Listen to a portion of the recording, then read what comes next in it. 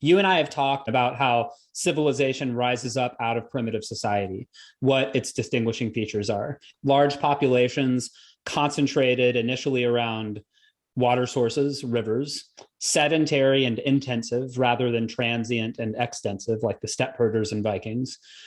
The people and civilizations have crossed the mimesis threshold. They're no longer held back from innovation by the dead ancestors. They invent writing in the form of glyphs or logo syllables, as in the case of cuneiform, which allows them to develop more advanced forms of mathematics and astronomy. They begin to worship sky gods in addition to the old earth goddesses, or the other way around in Egypt's case.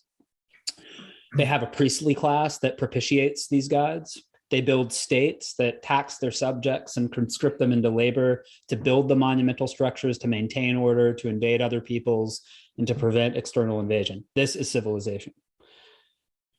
Now, we've talked, and we'll talk more in the future, about how civilizations change over time. For example, over time, civilizations have mutated from mythical to mental layered on top of mythical to universal religion layered on top of mythical and mental. So, for example, the Mesopotamian and Egyptian civilizations were just mythical. They had myths of sky and earth deities, and in Egypt's case, an elaborate central vision of the afterlife. Hellenic civilization, a generation later, had the Homeric pantheon at the base, with Zeus, the thunder hurler, holding pride of place, but the mental consciousness structure arose on top of it in the form of Platonic philosophy. Moving forward one further generation, Western civilization has Germanic and Celtic mythology at the base, but both Western philosophy and our universal religion of Christianity have been layered on top of it, a dual pseudomorphosis.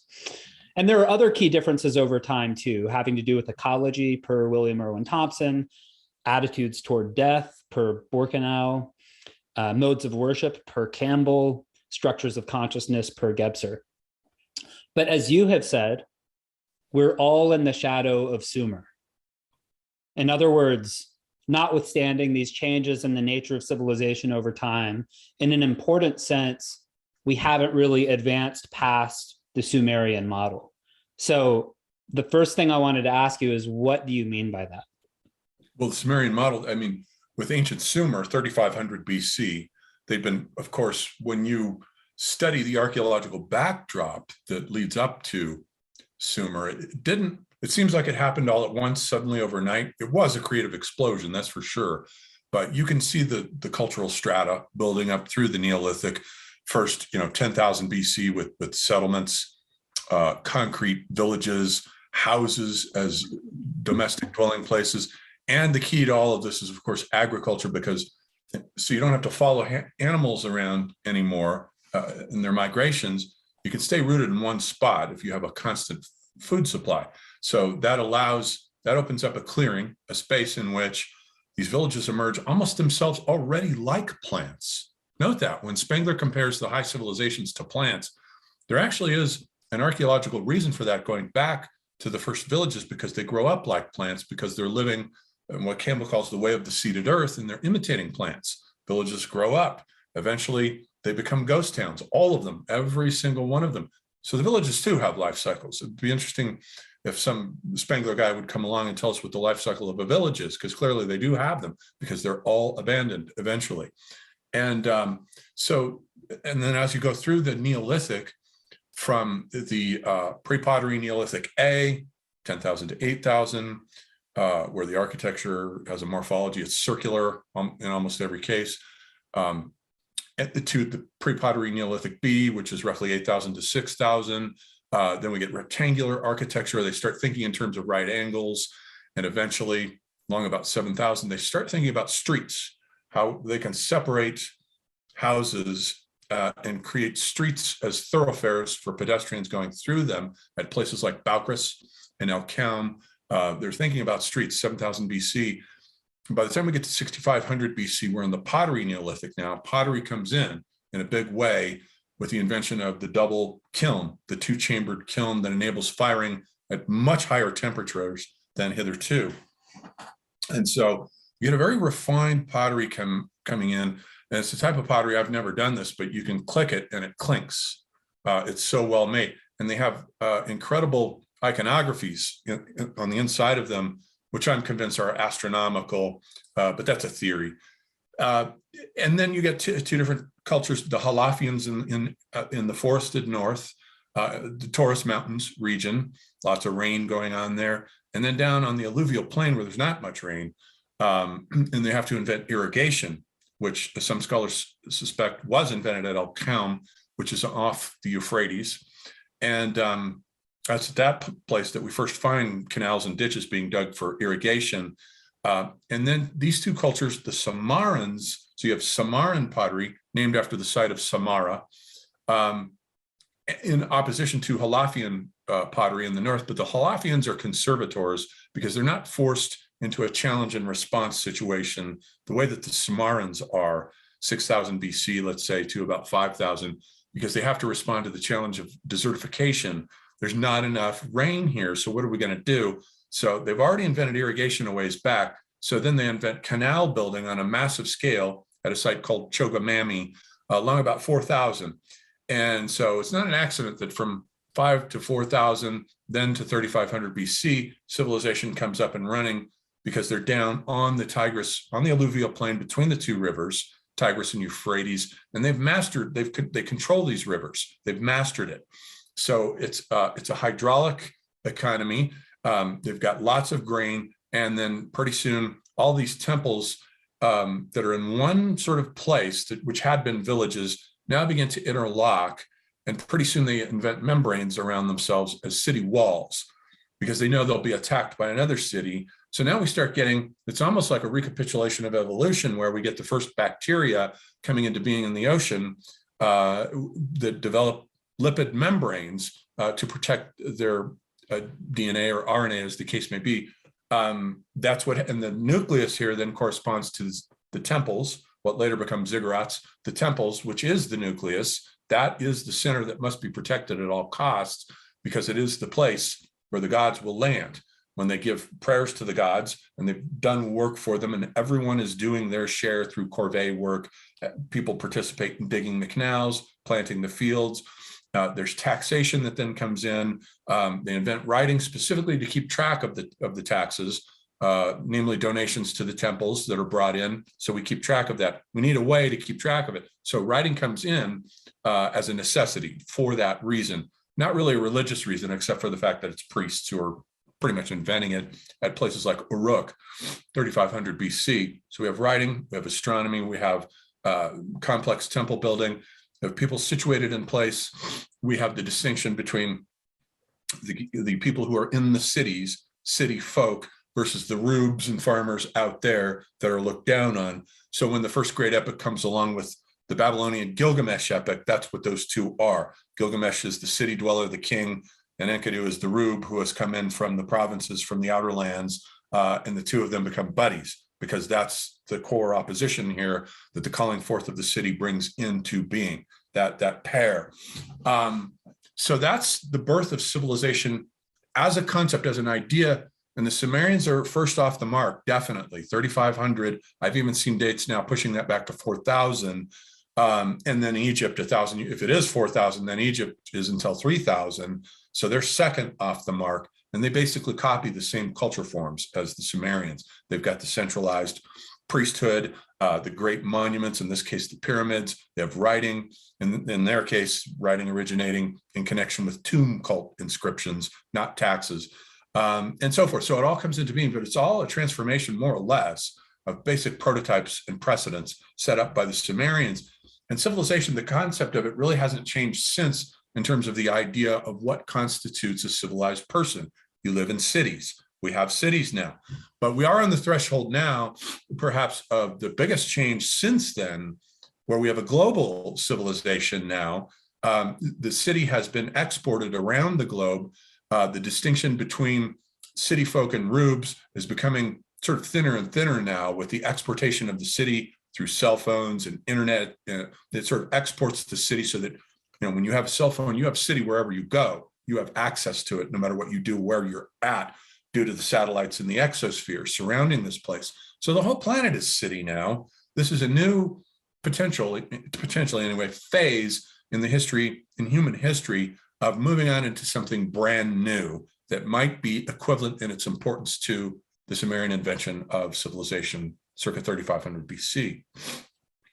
I can't remember the name of the authors, but I know that a couple of authors have argued that there's some level above civilization that has already been attained, having to do with interconnected civilizations. But I don't know much about this literature, and you're clearly gesturing towards something similar. And maybe scholars disagree about whether we have already reached some level above civilization that is something more global in scope, or something that's just very different in character. But your argument would be that basically, even up until the present, we're still in the shadow of Sumer, but we're breaking out right around now. Is that what you would argue? Something like that, but we're on the cusp. And the cusp is, it's not something that happens in a generation. It takes a while, a few centuries at least, as a transition to something new.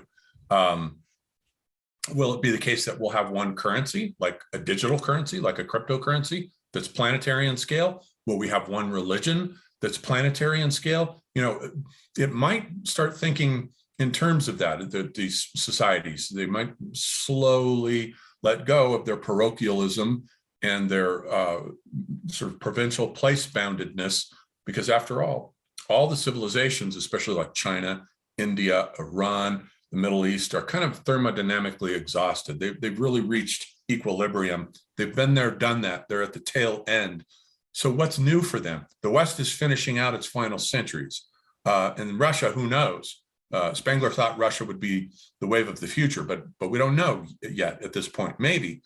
So the question then becomes and with all the travel, the air flights going all over the place and lots of intermarriages going all over the place, more and more people are having mixed marriages, more and more, everything is going over time. It'll take a while. It's not going to happen 10 years from now or even a century from now. It'll take a while. But all this global intermixing of genes, global intermixing of the economy, of the signifiers from all the various religions, sooner or later, all of that's going to coalesce and cohere into a single new, let's say, old age of man. We've already had the childhood with the tribal period and the mature period with the emergence in Sumer of the city-state and civilization itself. Maybe we're on the cusp then of a transformation into the wise old age of humanity, where we have a whole new conception of the unification of all the societies on the planet. If we develop in the coming centuries or millennia a kind of global society or civilization, it might be very analogous to the more parochial civilizations that have existed for the last 5,000 years, right? There might still be a unifying religion. There probably will be a core and a hinterland. A lot of the same class differences, urban-rural differences. Maybe the main difference is just the Sumerian model is the model of parochial civilization, a civilization, as you say, that's bounded in a particular place, has a particular religion that's different from religions elsewhere in the world. And in that sense, we are in the shadow of Sumer, because Western civilization too, it has a particular semiotics, just like Magian civilization, just like all the other civilizations. And we're talking about only having one, right? But it might be very analogous, like the global civilization might be very analogous to all of the parochial civilizations, just global rather than parochial. But I don't know, maybe there would be pretty significant disanalogies. One challenge for a global civilization is not having an opposing civilization to define yourself against. And that's a significant social and psychological challenge, I think, because group identity and cohesion may depend on opposition to something that exists, that is real. And in the absence of alien life forms becoming a menace, it may be hard for a single civilization to cohere globally. I'm sure that the various warring Arabic tribes before Muhammad came in and unified them with a single monotheistic idea probably thought the same thing. There's no way our tribes are ever going to get along. They're all too bound and set in their ways. And there were a lot of tribes covering the entire peninsula, the entire Sinai Peninsula there, the Syro-Arabian desert. And this guy comes along with one idea and says, let's all get along as Arabs, thus defining an interior to a society, namely Islamic civilization. But in a certain sense, the the tribal warfare then gets projected onto the others. So the others, there's a redefinition of otherness now that's not us, Arabic tribes, but the Jews, Middle Easterners, the Persians, the North Africans, the people living in Europe, that has to be made war on, jihad, so that we can keep expanding this interior that is us against the warring exteriors, not in this case necessarily of external proletariats, but external civilizations that have a different identity. So there is that. So this is an interesting question, though, about with regard to globalization. If it's the entire planet and there's no longer external proletariats, we still do have the issue then of internal proletariats, of which I'm sure there will be many, because there always are. And these are defined by Toynbee as those a disaffected group who is within a culture or society, but not out of it, because they have lost faith in the dominant minorities. They're no longer a creative minority that can inspire by mimesis, but so they rule by force now, the dominant minority. So the internal proletariat always wants to secede from the body social. They've got their own DNA. They're like a cancerous tumor. They're running on their own program now, and they can expand as Christianity did, and eventually engulf the mother body or the host society, and take it over. So there is that issue with respect to a global society. It occurs to me, I wouldn't want to overstate this analogy, but certainly in the Western world, and even to some extent beyond it, you are seeing a lot of citizens in various countries on both sides of the Atlantic and even in parts of the developing world rebelling, at least electorally, against the globalist elite, right? We're kind of seeing the proto-internal proletariat of a globalized world in the form of the Trump electorate or the Brexit electorate or the base of this new French candidate, Eric Zemmour, I think is his name. By Toynbee's definition, within this new, let's say, old age of humanity, pocket internal proletariats erupting, let's say ISIS-K might be an example of an internal proletariat within the otherwise functional Islamic society. Same thing with Al-Qaeda. These are really internal proletariats within Islam, because otherwise Islam functions just fine with normal people doing normal things, living normal lives, not trying to chop people's heads off and convert them to whatever insane interpretation of Sharia law that they want to do. So they themselves are an internal proletariat within Islamic society. It's not Islam that's the problem, it's these radical elements that are, and here's Toynbee's term, they're fossils. These kinds of internal proletariats are fossils left over from a previous age, as Al-Qaeda is.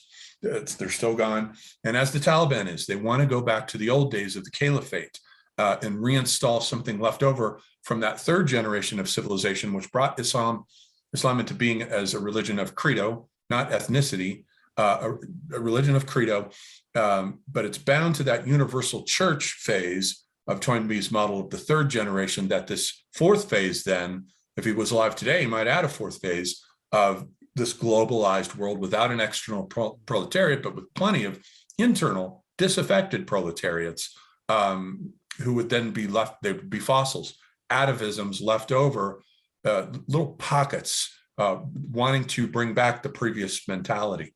So one other thing that adds credibility to the notion that we could be entering a global civil society is that increasingly we're living in the metaverse, which there's no relation to physical or geographical reality, right? So increasingly, it doesn't matter where you are geographically. You know, Spengler, and I think anyone would acknowledge that the nature of a culture depends very heavily on the nature of the landscape out of which it springs. But if we're living in the metaverse, which can be sort of homogenized globally, right? Yeah, it's sort of like the modern version of one of Campbell's mythogenetic zones would be the planet itself in its entirety for this globalized vision of a civilization. That is the new mythogenetic zone. It's not, you know, between the Tigris and Euphrates, or on the other side of the Zagros Mountains, or on the western side of the Himalayas. These are old mythogenetic zones that were local, provincial, parochial, whatever you want to say. But now the whole the whole planet then becomes a mythogenetic zone for a brand new phase of civilization, hitherto unprecedented, never seen before. Right. The other I possibility, wonder. though, is that the whole I thing wonder. might Oh. break down. I know Yeah, you share yeah. a different view on climate change and so forth, but there is that to contend with. If it does happen to be the case that it's correct, it could very well change, and will change, because it'll change the whole structure of the climate, sea level rise and so forth, the wiping out of coastal cities. It could be analogous to the epoch that ended the Ice Age, where they have all this ice, it melts, the sea levels rise, the caves are gone. A lot of them went underwater too, by the way, like Coquet. That's a cave in France that went underwater. And that ended that whole epoch, that sea level rise. And then now they've got these rivers. And so now we get Thompson's riverine ecologies that start coming into being all over the place: China, India, Middle East, not so much in Greece, of course, but so it might be something analogous to that puts an end to Toynbee's third generation, the way that sea level rise put an end to the Paleolithic society, thus clearing the stage and announcing a new landscape, still global in extent, that has withdrawn from the coastal territories, more inland and more up away from the desertifying belt around the globe that is going to spread. And so that we may be in transition toward this, and the technologies might be retained, the electronic technologies in communication with the satellites that delocalize and don't make us so dependent on a local power grid. If they can be portable, the power grids that keep the internet running and keep the whole society plugged in and able to communicate with each other, then yeah, the electronic basis, the electronic on the what Toynbee calls the technological plane, because he sees a political plane, a technological plane, an economic plane, and a cultural plane, and they're all different. But on the technological plane, it could form the basis after this interregnum with global warming for this global society that then is, because everyone's going to be forced to cooperate. They'll have to be, so long as that technology remains up and running and functional. And that's one thing I'm not 100% sure about, because just like in the movie Blade Runner 2049, where they're dealing with a blackout that they've had, where the whole power grid was shut out and there's all this information loss. So they've had a miniature dark age there. That may be a very prescient thing. So one reason why serious global unity is going to take a long time to come to pass is that a precondition for the creation of a global civilization is a global culture around which all peoples of the world can unite. And just given the state of the world today, it's obviously not going to happen really quickly, but it could happen. Yeah. Because you get all these local pullbacks, Islam wanting to turn back the clock, local pullbacks against the new, the boundary eroding global civilization that's a threat, and rightly so. That's a threat to all the individual civilizations left over from the second and third generations. It's a standard process, though. In order to make something new, like in alchemy, if you want to get gold, you have to first put the metals inside of a pot, an alembic, whatever, and apply heat to them and melt them down, and then combine them. Then you start extracting solids so that you can eventually produce the gold. So this meltdown process was known as the negrito, the blackening, which is absolutely fundamental. That's step one to getting to the gold. Then the second phase then is then the albedo, the purification of the metals and substances, the whitening of them. And then finally the rubedo, the reddening, which applies calcification again in fire in order to produce the gold, not actual gold, of course, but the philosopher's stone, philosophically, that can enable you to attain the epiphany, which in this case would be the new global higher religion that unites all of these warring tribes, just like Muhammad did on a miniature scale with his single monotheistic religion, that in his case, by the way, was inspired from the Jews, because there were lots of Jewish tribes there intermixed at Mecca and Medina as well. And the monotheistic influence comes directly from Judaism to Islam.